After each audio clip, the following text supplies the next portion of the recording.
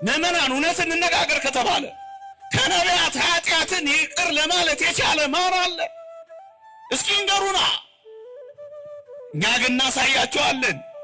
ኃጢአት ተሰረየችልህ ያለ አንድ ክርስቶስ አለ።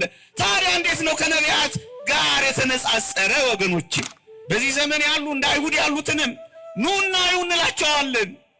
ጫማህን አውልቅ የተባለውን አይደለም፣ የጫማህን ጠፍር ልፈታ አይገባኝም የተባለውን ከሁሉ የሚበልጠውን ኑና እዩት እንላቸዋለን። አዎ የሚበልጠው እዚህ አለ ያለው እኮ ለዚህ ነው። ከሶሎሞን የሚበልጥ ከዚህ አለ፣ ከዮናስ የሚበልጥ ከዚህ አለ፣ ከሙሴ የሚበልጥ ከዚህ አለ። እንዴ ግብፃውያንን ገሉ አትናገሩ ካለው ከሙሴ ይልቅ እውራንን አብርቶ ሙታንን አስነስቶ ለምጻምን አንስቶ ዝም በሉ አትናገሩ የሚል ትሁት እናሳያችኋለን። ኑና እዩ፣ ኑ እዩት፣ ኑና እዩ። ይበልጣል፣ ይበልጣል፣ ይበልጣል። በዚህች ምሽት የምንማርበት የትምህርታችን ርዕስ ይበልጣል በሚል ርዕስ ይሆናል።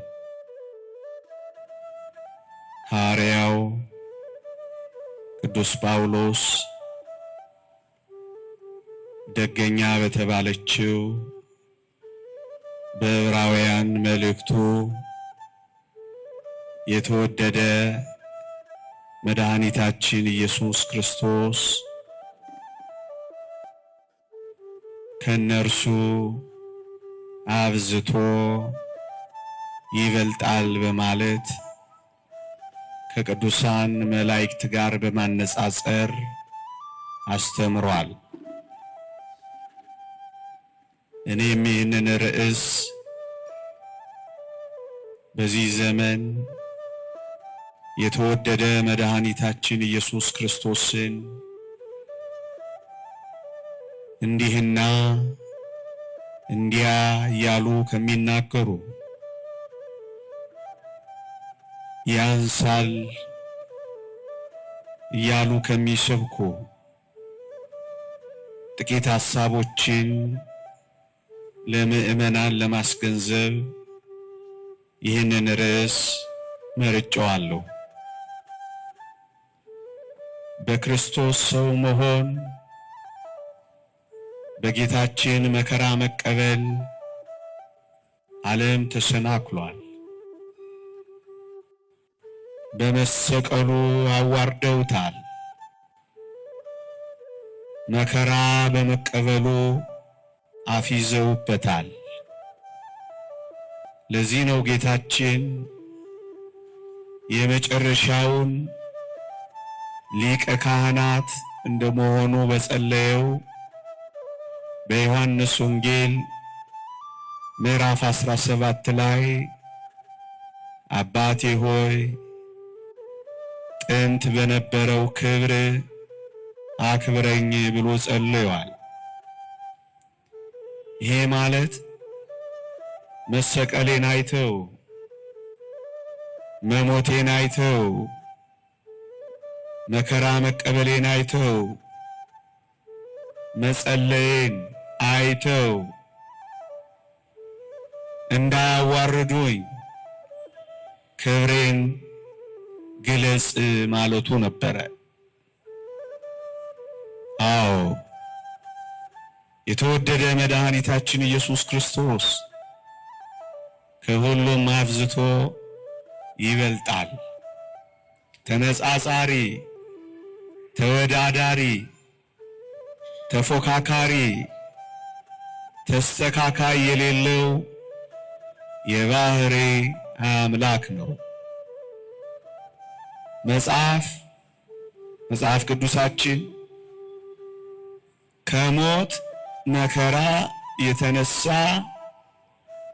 ከመላእክት በጥቂት አንሶ የነበረውን ይህን ኢየሱስን የክብርና የምስጋና ዘውድ ተጭኖ እናየዋለን ይላል ቅዱስ ጳውሎስ።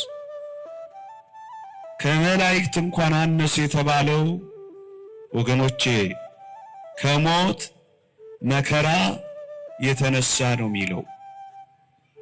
መላእክት መከራን አልተቀበሉም። መላእክት አልሞቱም። መላእክት ደማቸውን አላፈሰሱም። እዩ ከሞት መከራ የተነሳ ነው የሚለው። መላእክት እንዲህ ስላልሆኑ ጥቂት አነሰ ተባለ እንጂ እርሱማ ከሁሉ በላይ አብዝቶ የሚበልጥ ነው ወገኖች።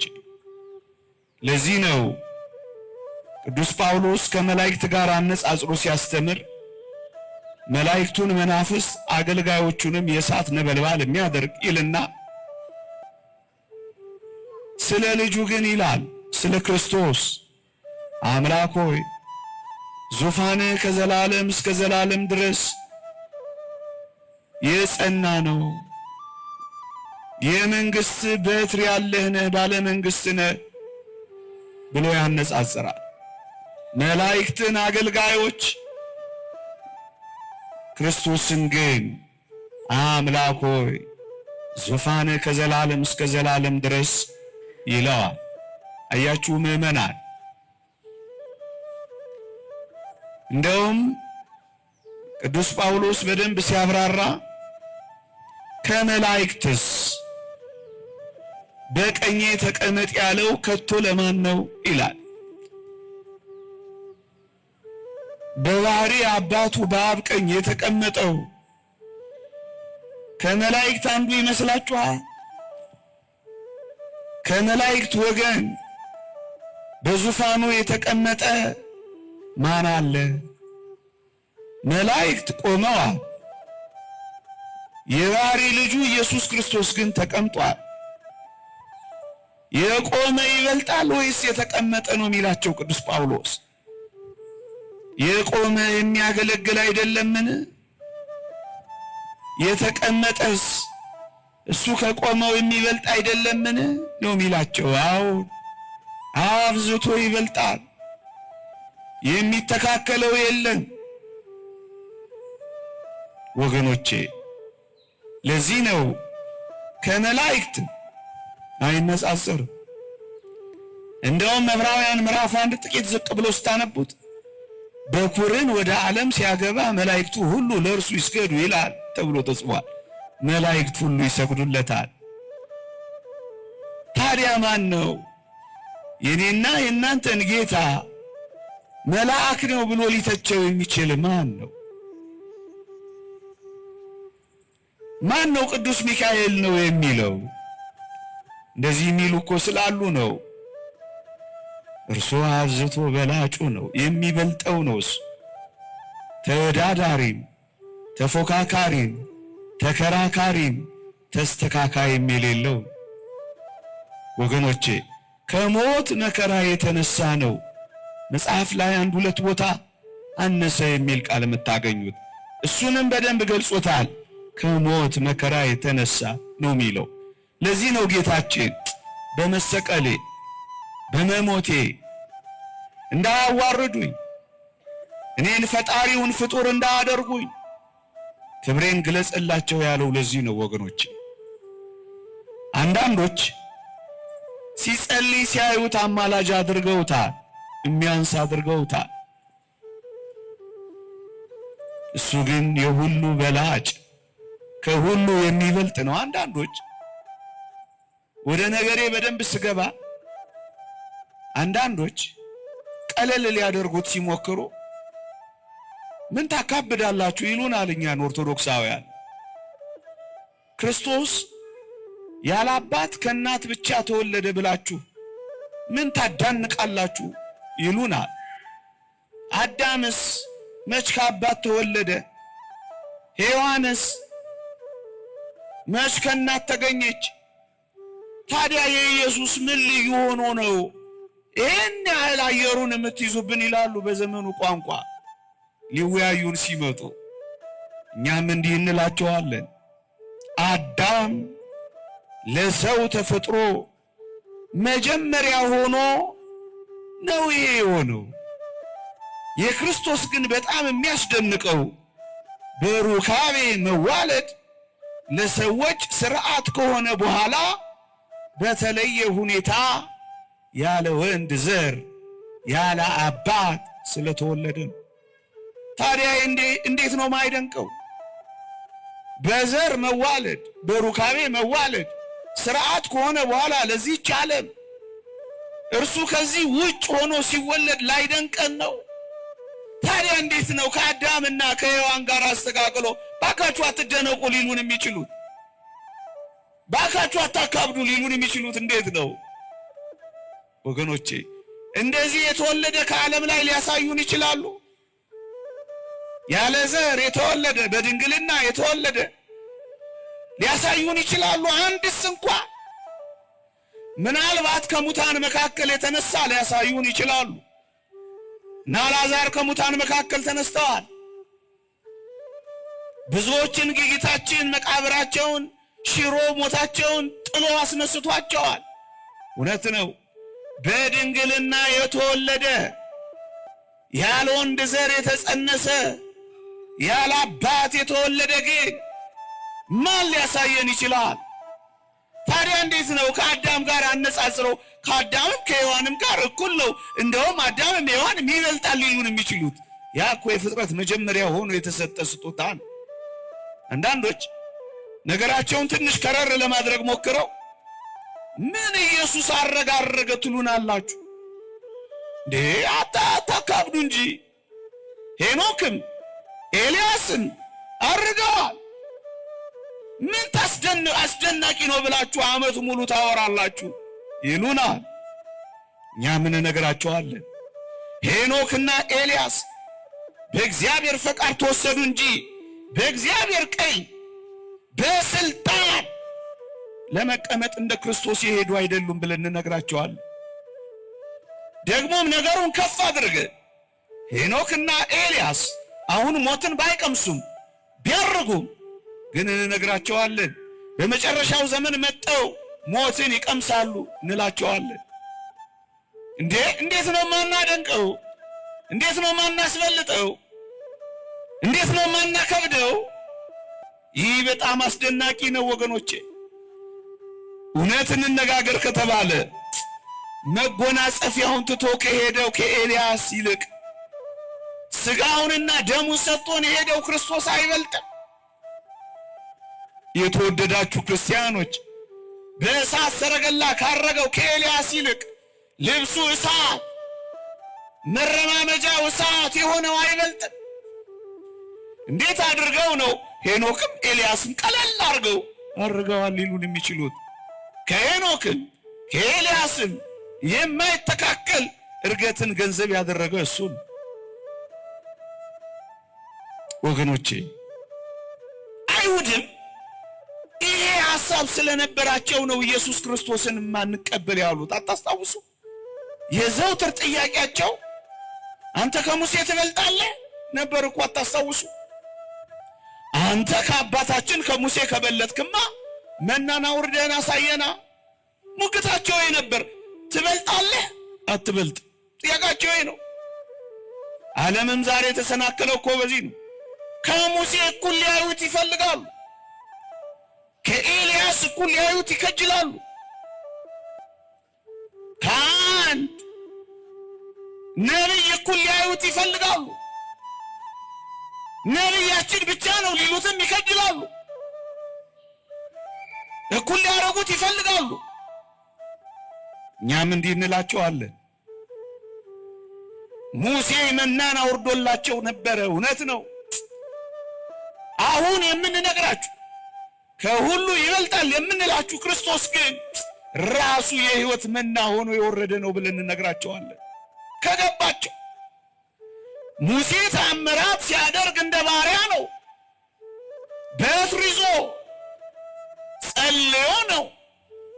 ክርስቶስ ግን እንደ ሙሴ በትር አልያዘም፣ እንደ ሙሴ አልጸለየም። ይልቁንም ምእመናን ጌታ ባሪያውን ፍጡር ፈጣሪውን እንደሚያዘው ባህርን አዘዛት እንጂ ነፋስንም ገሰጻት እንጂ ማዕበልንም ጸጥ አረጋት እንጂ ታዲያን ይሄንን ከሙሴ ጋር ሊያነጻጽሩ ይፈልጋሉ። የተወደዳችሁ ምዕመናን ነገራችንን እያሳደግነው እንምጣ። ባሪያዬ ሙሴ ሲባል ሰምተናል። ልጄ ሲባል ግን የሰማነው አንድ ብቻ ነው፣ እሱም ኢየሱስ ክርስቶስን ብቻ ነው። አዎ ሙሴ ንጹሕ፣ ቅን፣ ጻድቅ ባሪያዬ ተብሏል። የምወደው ልጄ ግን አልተባለም። ልጅን ከባሪያ ጋር የሚያስተካክል ዘመን ምንድን ነው? አይሁድም የተሰናከሉት እኮ በዚህ ነው። ኑ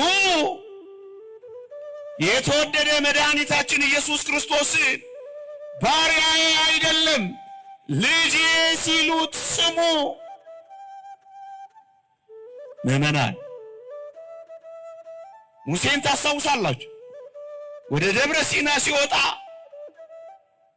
በደብረ ሲና ፊቱ ያበራ ነበር የተመለሰው ወደ ወገኖቹ ወደ አይሁድም የፊቱን ብርሃን ማየት አቅቷቸው ኦ ሙሴ ተገልበብ ለነ ሙሴው የተሸፈንልን ብቻ ብለውታል።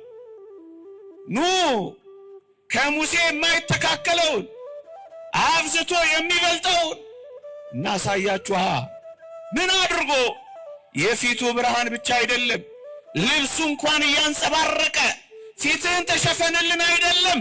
የወደቁትን ሐዋርያትን ኑና ይሁን በላቸው። እና ሙሴን ከኢየሱስ ጋር የሚያነጻጽር ማን ነው? አዎ ከሁሉ አብዝቶ የሚበልጥ ነው። ነቢያችን ብሎ ቀለል ሊያደርግብን የሚችል ማን ነው? አዎ እሱ ከሁሉ የሚበልጥ ነው። ወደቁ። አይሁድ እኮ አልወደቁ። በደብረ ሲና እኮ አልወደቁ። ሙሴን አይተው ተሸፈንልን ብቻ ነው ያሉት። ሲሸፈን ጸንተው ቆመዋል። አሁን ግን የፊቱ ብርሃን ብቻ አይደለም፣ ልብሱን ማየት አልቻሉ። በፍጹም ወደቁ። ታዲያ ይሄንን ትበልጣለህ አትበልጥም ብሎ ሊጠይቀው ብሎ ሊሞግተው የሚችል ማን ነው? የተወደዳችሁ ክርስቲያኖች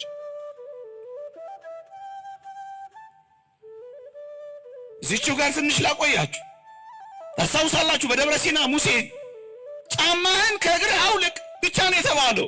እኛ ግን ጮክ ብለን አንዳንዶችን እንጠራቸዋለን። አይሁድንም በዚህ ዘመን ያሉ እንደ አይሁድ ያሉትንም ኑና ይሁ እንላቸዋለን። ጫማህን አውልቅ የተባለውን አይደለም፣ የጫማህን ጠፍር ልፈታ አይገባኝም የተባለውን ከሁሉ የሚበልጠውን ኑና ይሁት እንላቸዋለን። አዎ የሚበልጠው እዚህ አለ ያለው እኮ ለዚህ ነው። ከሶሎሞን የሚበልጥ ከዚህ አለ፣ ከዮናስ የሚበልጥ ከዚህ አለ፣ ከሙሴ የሚበልጥ ከዚህ አለ። እንዴ ግብፃውያንን ገሉ አትናገሩ ካለው ከሙሴ ይልቅ እውራንን አብርቶ ሙታንን አስነስቶ ለምጻምን አንስቶ ዝም በሉ አትናገሩ የሚል ትሁት እናሳያችኋለን። ኑና ይሁ ኑ ይሁት ኑ ይህንን አምላካችንን ይሁት። አታቃሉት አታቃሉት። ለዚህ ነው ቅዱስ ኤፍሬም ሶርያዊ በደብረ ታቦር የነበረውን ጥቂት ነገር ሲያነጻጽር በጣም አስደናቂ ነገር ብሏል። ነቢያት አይተው የማያውቁትን ሰውነቱን ተመለከቱት። ሰው መሆኑን ማየት ይናፍቁ ነበር። ነቢያት ሰው መሆኑን አይተው ተደነቁ፣ ተደሰቱ። እዚያው ደግሞ ሐዋርያት አምላክነትን አይተው አያውቁም ነበር። አምላክነቱን አይተው ደግሞ ተደሰቱ። ኑ አምላክነቱንም ሰውነቱንም አዋህዳ የምትመሰክር ይችን ቤተክርስቲያንን እንዴት አክብራው እንደምታስበልጠው ኑና እዩ።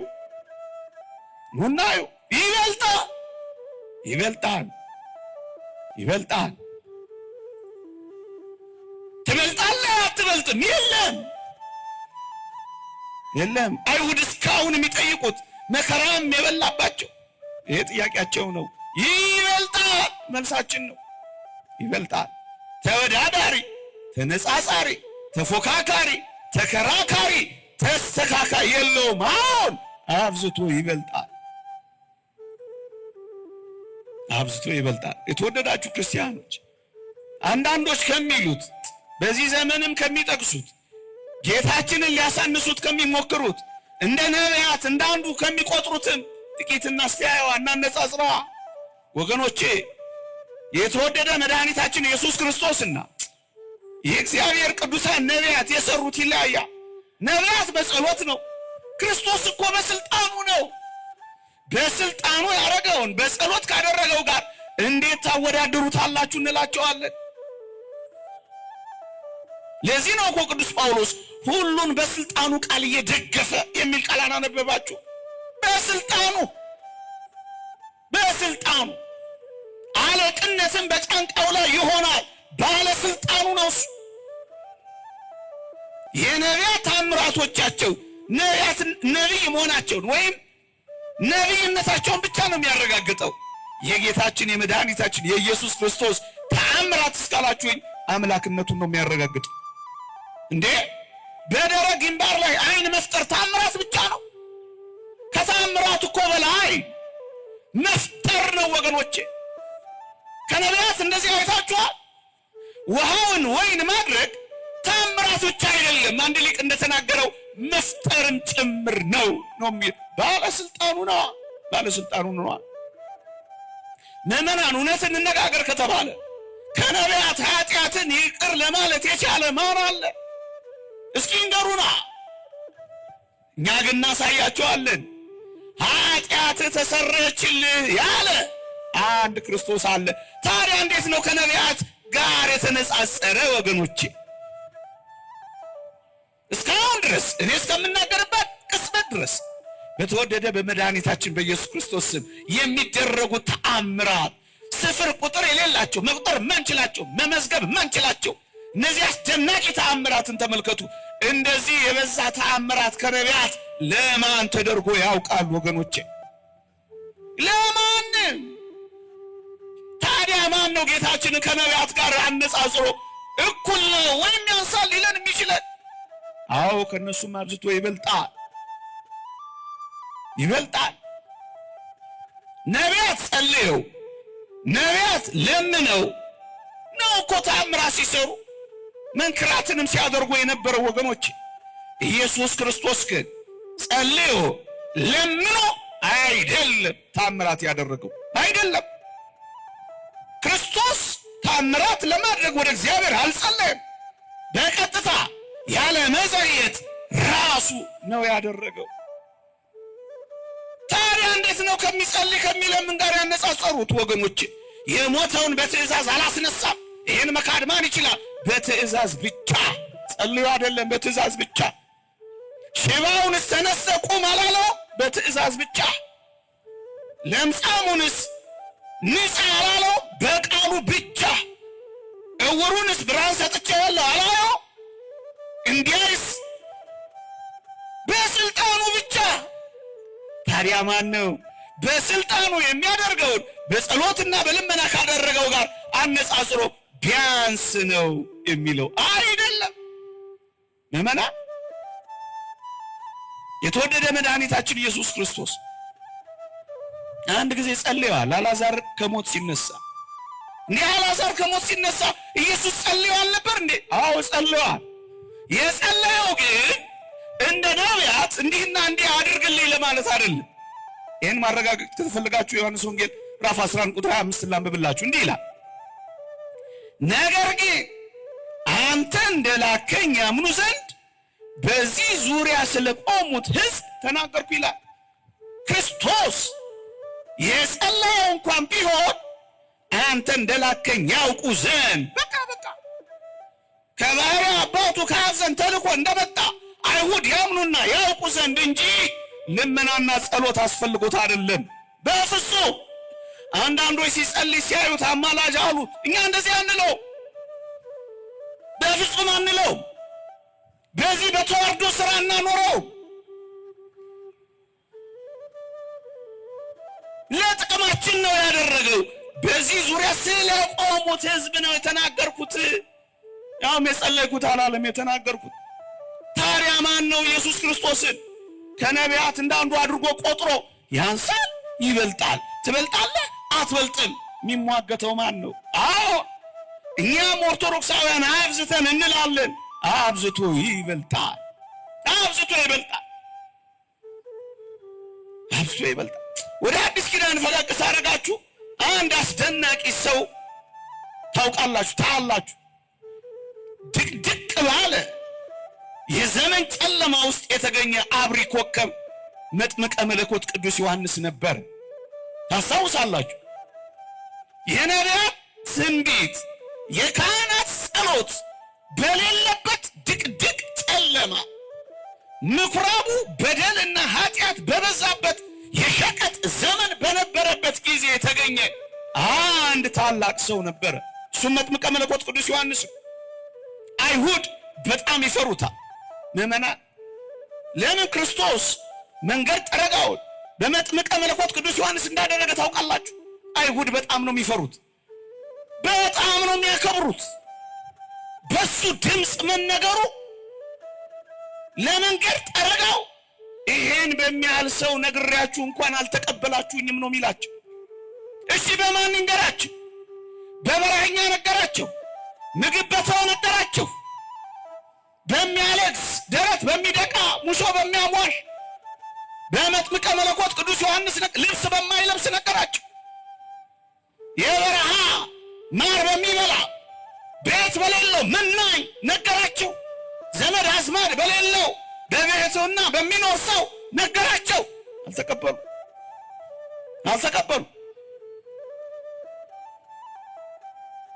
ጭራሽ እነዚህም ተጨምረው አይሁድ መጥምቀ መለኮት ከኢየሱስ ክርስቶስ ይበልጣል ሙግታቸው ሆነ። እንደውም አንዳንዶች እየመጡ ታስታውሱ ከሆነ መምህር ሆይ በዮርዳኖስ ማዶ ካንተ ጋር የነበረው አንተም የመሰከርክለት እነርሱ ያጠምቃል፣ ሁሉም እኮ ወደሱ ይመጣሉ አሉት። እንዴት ሁሉም ወደሱ ይሄዳሉ? አንተ እያለህ አንተን ትተው እንዴት ወደሱ ይሄዳሉ?